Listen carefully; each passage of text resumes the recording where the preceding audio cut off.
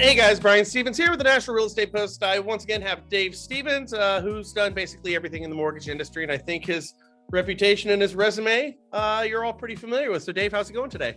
Good to be with you, Brian, once again. What's going on? A whole bunch of stuff. The first one was, I think I saw an article that you put out, and you were talking about FHA's MMI fund and the fact that maybe we could see a reduction in our mortgage insurance with FHA. I think they're sitting like at 3 times whatever the congressional mandate is that they have. Can you talk to these points real quickly? Yeah, more like 4 times. Wow. So the statutory requirement for FHA is to hold loan loss reserves that will cover all forecasted losses. And then on top of that, they have to hold an additional 2% in a capital reserve called the capital reserve ratio, right? So that's really the measure that they report to Congress every year. So they're expected to hold already billions upon billions of dollars for whatever expected losses may occur on the portfolio, and then this additional 2%. So the forecasted losses piece is important because that estimate is done by a third-party actuarial firm, really well known, independent from tampering or tinkering with by folks at HUD, and they come up with their analysis. This year in their annual report to Congress, and it has to be submitted every year in November, usually around the 15th, they showed 2 things. One, they showed that the reserve is now a little over 8%, which is big, but it's 8% of even a bigger denominator. So it's over $100 billion in assets in reserve, which is ginormous, especially when they have a really strong book of business. So, as I said in my article, even when I was commissioner, I'm the guy who raised premiums. I'm the guy who put in the life of loan premium. You can shoot me now. And I argued against lowering premiums for several years after while I was at the Mortgage Bankers Association, because I wanted to make sure they got a big enough reserve to withstand any kind of, pandemic. Yeah, exactly. Any kind of major recession that might possibly happen. Yeah, and the pandemic recession surprised us all. So here they're sitting on massive reserves, more than enough to handle any losses, plus huge excess reserves above and beyond that. And it's time to lower premiums because, as my article points out, and anybody in the mortgage business knows, about 2/3 of African Americans get their mortgage through the FHA. Roughly about the same for Hispanics in this country. As the report shows, 86% of all purchase transactions were to first-time home buyers in that program. I mean, this is the point of entry for home ownership for a lot of folks, and to be overcharged in a government program when it was never meant to be structured as a profit center for Congress to use for other purposes is just inappropriate. So let me bring up a point here. I think I just read an article and it said that FHA represented 8% of all loans that were written thus far for 2021. If we have African Americans that are sitting at 13%, Hispanic Americans who are sitting at a higher number than that, is FHA truly fulfilling their mandate or their charter right now by serving underserved communities if they're just a representative of representing 8% of loans that are currently being written right now? Is that number accurate? I don't know if the number's accurate. I'd have to look at that, Brian, but let's assume it is for a minute. Keep in mind, guys, that this year was a phenomenon because, 2/3 of all loans were refinances. And a lot of folks even refied out of FHA and went into GSE loans. And then obviously the GSEs, mushroomed their balance sheets by refinancing the world. And FHA is really a purchase mortgage product. It's not much of a refi product. So the fact that the percentage of their volume, you've got to take that into context when you figure that the remaining market after refis was somewhere around 35% or so purchase transactions. If FHA was 8 to 10% of market, that puts it more in perspective with the GSEs. I do think, however, you've got to think about, as you just highlighted, who's in their portfolio, and every day they delay pricing loans consistent with their risk, their known risk of what they're originating, which right now they're pricing too high. They're overpricing some new borrower who doesn't have an option at a Freddie Fannie loan because either their FICO's below 700 or they have a low down payment that doesn't fit into the GSE box when you add in LLPAs and MI and all that stuff, and it's cheaper to go FHA, but you're still getting charged too much for the FHA program. And then if you look at who's in that program and see the volume of African Americans, Hispanics, and others, young borrowers who need help. This is when they need the most help, is getting established in their new home, particularly with rates rising now a little bit. It's time to lower premiums. Everybody agrees it in the housing sector. I wish more were calling for it more aggressively.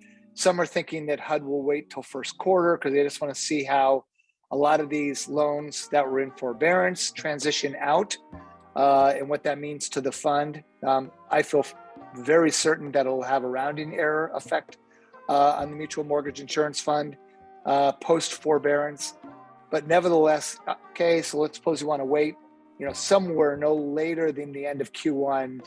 If HUD doesn't lower premiums, it's getting to the point of being inexcusable because they're basically benefiting other government programs on the backs of home ownership, and that shouldn't happen. Well, and to your point there, in most U.S. counties, what your FHA limit is $331,760, and the median sales price for a house in the United States is currently sitting at $374,900. So the FHA loan limits in most markets is $40,000 below what the median sales price for a house is. So we have to assume that these houses that have an FHA loan on them have a lot of equity behind them that we would assume even if somebody wasn't able to make their payment coming out of forbearance here, they should have some equity in that. And that brings me to my other point that I wanted to bring up. I started saying something on my show, kind of a little tongue in cheek, but not really. And I was suggesting that some people still don't understand. I don't mean everything I say on my show. I'm trying to get a rise out of you guys sometimes. But what I said is I referred to it as the COVID hysteria futures or index. And what I suggested was that we can't look at all of our traditional indicators in a market that feels like it's something of a false market because we've had so much money injected into our economy over the past couple of years that we can't really project if rates are going to go up and down based on the observations of yesterday. We have to look towards tomorrow. And I said months ago, find out what's going on with COVID and there will go interest rates. And we're seeing it again today. It's actually starting to be picked up as a potential point with, the Fed. They're talking about the Fed, maybe postponing, raising rates right now to fight off inflation. I've seen this now covered in the past day by 4 outlets.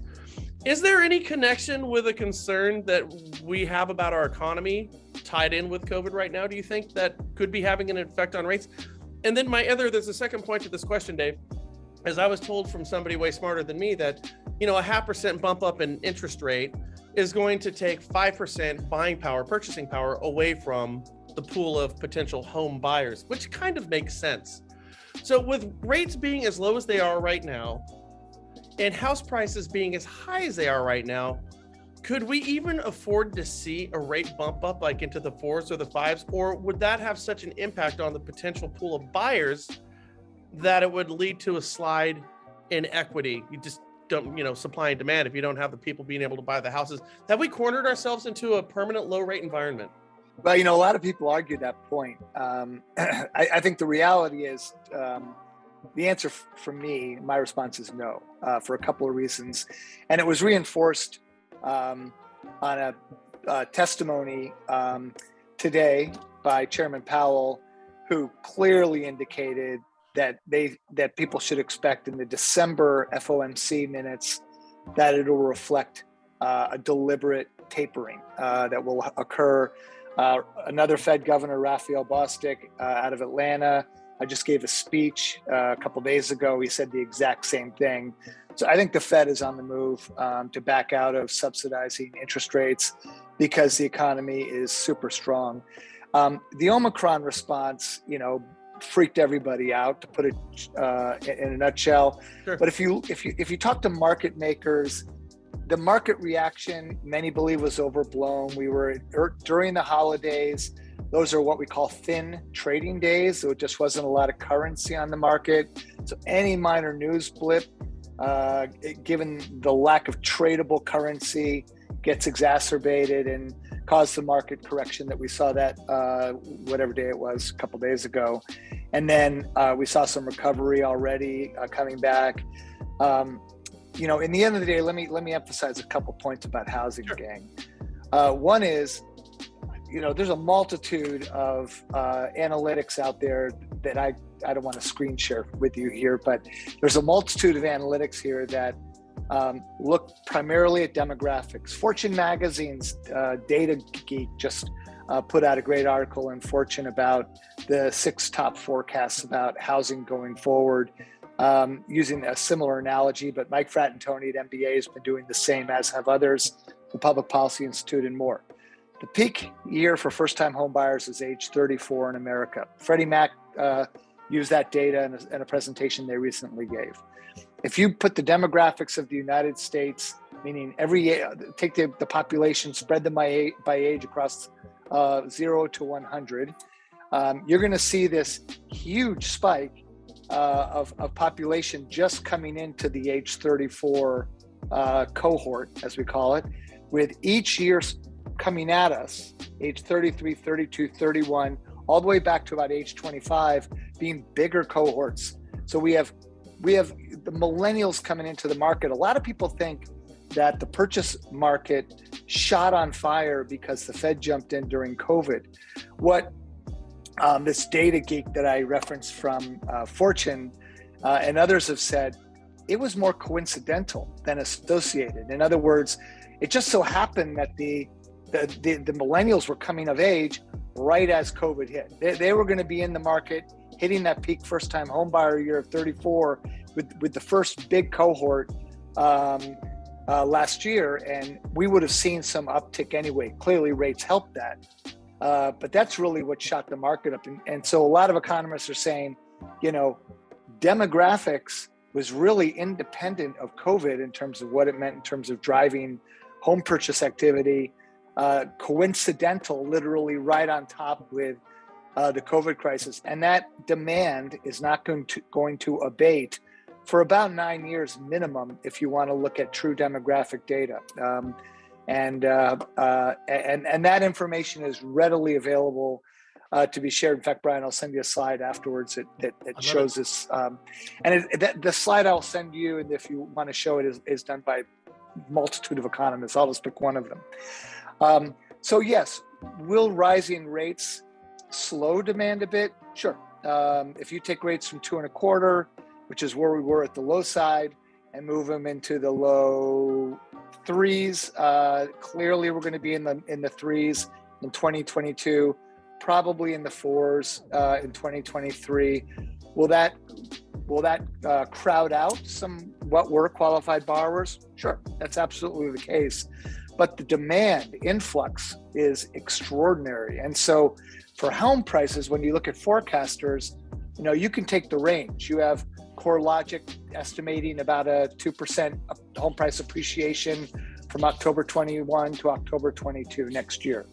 You have Goldman Sachs, their team of economists, on the other hand, you can Google this, just released a forecast. They're expecting 16% growth in home prices from October 21 to October 22. And this is Goldman Sachs' entire team of economists forecasting it because they're looking at the same demographic data that many others are. So MBA is somewhere in the middle, the GSEs are somewhere in the middle. But, you know, virtually everybody is predicting slow, steady growth outside of Goldman Sachs, which is showing, you know, ridiculous double-digit growth. So is Zillow, by the way. That's in their projection that they just released. But they're doing it based on the knowledge that they have, which is what's the demand going to look like, who's going to be qualified in that demand spectrum, and what's inventory going to look like. And so as we think about going into next year, I think we're going to see, you know, home price appreciation slow. We're already beginning to see the beginnings of that, not decline, but slow. We're going to see rates rise, which will mean some borrowers will get crowded out. So in the hottest markets, your multiple offer scenario will be reduced. We're going to see home builders bringing more to market, which we're already seeing on a trend line basis. And I think we're going to see a boom in resale activity as homeowners who sat on the sidelines for the last couple of years, didn't list their homes, are now looking at their 18 to 25% equity that they've built in just 2 years alone. And they're going to want to capitalize on that, lock it in, and do what they probably would have done a couple of years ago. We lost the normal cycles of the spring market these last 2 years because we were wearing masks. And so that pent-up demand to sell, pent-up desire to sell, we're going to see as well. So inventory will be up, rates will be up marginally, new units from home builders. So all of the supply thing will be working its way through. And yet at the same time, we're going to be seeing the biggest waves of new home buyers hitting the markets for the next 8 to 10 years that's ever happened in the history of the United States, bigger than the baby boom generation, all entering their peak first-time year of home buying. And I have, all the data to support this, and there are plenty others who do the same. So I think the emotional concerns have to be put on the sidelines for a moment, and you just got to look at the data. But to your point, let me shut up after that. Are there risks in baseline forecasts? Oh, hell yeah. There's a lot of them. And clearly COVID is one of those, and Omicron as a new strain, they like the Greek alphabet, Delta, Omicron, we'll see what's next. But, clearly a new strain is, particularly if it's, in a kind of pandemic thing, could be really difficult. The difference with the Omicron strain, as you're hearing from the CDC, is a lot of America is already vaccinated. So that's going to reduce the impact of even a strain that the vaccine may not be as effective against, just simply because there's just not as much COVID being spread right now in terms of volume basis for most of the country. So anyway, it's an interesting time we're in, but there are other risks. So if you talk to Mark Zandi, the chief economist of Moody's Analytics, he has a slide he's doing in his presentations these days that talk about economic risks. And it's basically, likelihood of risk and severity of risk on the two axes. And so, for example, on likelihood of risk is a forbearance cliff. That has a high likelihood of risk of happening because we're going to have increased foreclosures, not like the Great Recession, but there'll be more. But the impact of that is extremely low because we have so much equity in homes, completely contrary to what occurred during the Great Recession. The other possibility on the other extreme on Zandy's chart is if the Fed doesn't increase the debt ceiling, so we default on our debt. The likelihood of that, very low, because Congress can play the game of chicken all the way up before they ram into each other. But someone's going to have to blink because you cannot you have to pay your bills or the global universe will downgrade American debt. So they'll end up paying it. However, if they don't increase the debt ceiling, the severity risk is extraordinary. So all of that's in there, and COVID risk is in there as well. But take core baseline forecasts from virtually any economist, and they take that demographic cycle that's coming at us, and it's going to blow us away. It's going to truly, anybody's in the purchase business, it's going to be the best years of your lives for purchase activity. Unfortunately, your overall volume is going to feel worse because you're losing all the refis. But it's going to be an incredible purchase market for several years to come. Now, I know we're going kind of long here, but I do have to ask one more question based on everything that we've talked about. So rates are going to go up. Everybody kind of agrees on that. That is going to be the general trend over the next couple of years. Home prices have gone up and are going to continue to go up. That we might be tracking high, a little faster, a little slower, but we know the direction that we're headed there. Inflation is up all across the board right now. The words you just said a couple of moments ago, you said, yeah, some people are going to get crowded out. Well, we know who's going to get crowded out. The ones who can least afford it, or in other words, the people who need it the most. Now, I was having a conversation with a group of real estate agents about the variances in any one given housing market. And I took one that I knew. I said, well, let's go look at Menlo Atherton and find out what a house goes for there. Average price for a house in Menlo Atherton, you know what I'm talking about. The average price for a house in Menlo Atherton is $7.5 million. That's the average. Well, take in mind, everybody who's watching this, Atherton's the most expensive, I think close to it, area in the nation. So, however, if we drive a couple of miles down the road, we go to a place called East Palo Alto. Yeah. And East Palo Alto is a very difficult place for somebody to live right now. But here's the interesting part: just a couple of miles drive down the road, the average price of a house there goes to $980,000. So that's the difference between a 2-mile drive. It is the proverbial and literal other side of the railroad tracks that you always hear about. Yeah. But here's what I found really, really troubling about that. I looked at the median family income for East Palo Alto, and that was $35,000. The average house is almost $1 million. That's a catastrophe. And wherever I travel, I always kind of look up what a civil servant makes versus what it would cost to buy a house. And over the years of doing this, I've noticed that a civil servant is making less and less proportional to how much the average house is going to cost. With all of these variables and factors in mind, aren't we moving away from a lot of the charters that people in the GSEs and over at HUD are trying to do in order to help underserved communities? Are we not really kind of pushing ourselves up against a wall and facing a national crisis of an issue here? Yeah. So a couple of things. Gosh, yes, that's a hell of a question. By the way, take in mind the inflation that you're seeing today are supply chain related, and they will subside, and you're going to see inflation numbers drop in 2022. Just let's not argue about it. Okay. You can tell me I'm wrong next year. Okay. But to your point, look, there are bubble markets that we've been watching for years, all of us, to determine whether they're overpriced and will they ever correct. And as a Bay Area follower, like we both are, people have wondered, will that market ever correct? And it never seems to, despite the affordability variable that just seems so out of whack from even other hot markets around the country. And so that is a challenge. But, again, to the core point you're making, it doesn't make a difference whether you're in Vegas or,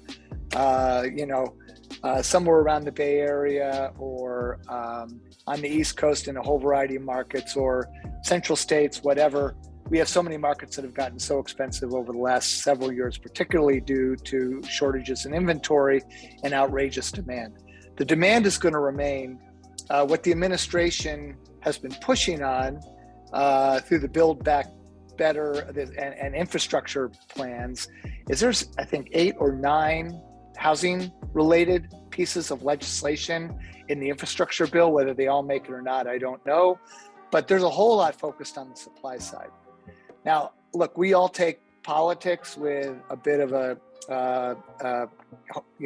grain of salt or a big grain of salt because we're not sure whatever they do there is going to get done. But there's a lot of focus, at least, on the affordable housing challenge. The problem is it just is not fixable overnight. But the reality is going to be, unfortunately, this. Of the millennial demand, millennials make significantly more than any other generation in history. Their average earnings are around $90,000 per millennial. So that $35,000 that you show as the average earnings in East Palo Alto reflects a lot of renters and not a lot of homeowners. But millennials make roughly double what baby boomers make and more than Gen Xers. And they're more educated. These are averages. But when you look at the tails, there's a lot of folks in even the millennial generation who are just not going to have access to home ownership because they too are on the lower end of the income range, or they racked up a lot of student debt and ended up in low paying jobs like being a teacher or a firefighter or a police officer, or these kinds of things that are still, unfortunately, are way underpaid in this country. And those are social issues that we're going to deal with going forward. But if you want to pull back, if you want to look at the big picture, it's going to say 2 things. One, yes, access and affordability are only going to worsen. Yep. Guaranteed. That's a fact. 2, demand is not going to be abated because of that. And we're going to see massive quantities of millennials. We're not talking about millennials in their 20s that still are thinking, do I rent or do I own? These are millennials in their 30s who have crossed that line and say I want to buy a home. Just like the Fannie Mae Consumer Sentiment Survey that shows 90% of millennials want to own a home. that age 34 is the peak first-time home buyer year, that we know we have cohort after cohort after cohort ever bigger coming at us into age 34 in this country. And there are cohorts that are bigger than any other age group in the United States, and you're just not going to be able to stop it. So we're going to all be doing a ton of purchase business. There'll be a lot of purchase activity. I do believe it's going to still not represent the diversity of our country and what we need to help first-time home buyers, because we're not taking care of housing stock, we're not taking care of down payment shortages, and the interest rate challenge only exacerbates that problem a bit, although I think HUD could help alleviate that slightly. And then let's all not forget, for God's sake, for those who have been around a long time, 4%? Are you going to tell me that's like a high rate and that's bad for our business? I just don't see it. The Fed has to back away. The economy is literally on freaking fire. All of these supply chain issues that we're dealing with, gas prices that everybody's complaining about, that's simply because the economy's on the move. We're wicked hot right now, hottest than most of us can ever remember. And now we're complaining because prices are rising. That's what happens. So the Fed's going to back away from quantitative easing, and they're going to taper on the purchases. And what Powell said today was perhaps more aggressive tapering. So they may even move faster. And that's why you saw rates, alerts to lock today, and those kinds of things came out. It's going to be a little bit of a bumpy ride as we move forward. But guys, for all of you as you're looking to the end of the year, closing out your pipelines, thinking about 2022, what I'm going to do for my business, don't get your eyes off the prize, man. It's going to be a really amazing purchase market, and you're going to feel pain overall because your refis are going to go literally to hell. There aren't going to be anywhere near the volume of refis that you did this year. And that's going to really change the outcome. But if you were good in purchases, if you ran 60, 70% purchases in 2021, you're better suited than the majority of your competitors to hit 2022 with a winning start. And it'll be a great set of purchase years going forward as we look at the out years ahead. There you have it from Dave Stevens. Look at your purchases. I think the last I saw the NBA, we're down 31% in refis year over, and I think the NBA was projecting like 67% over the course of 2022. Our refinances are down. They're going to hit a wall. Yeah, purchase. Yeah, down $1 trillion. Yeah, it's crazy. Dave, thank you so much for your time. Really, really appreciate this, and I look forward to talking with you again soon. Sounds great, Brian. Take care. Thanks.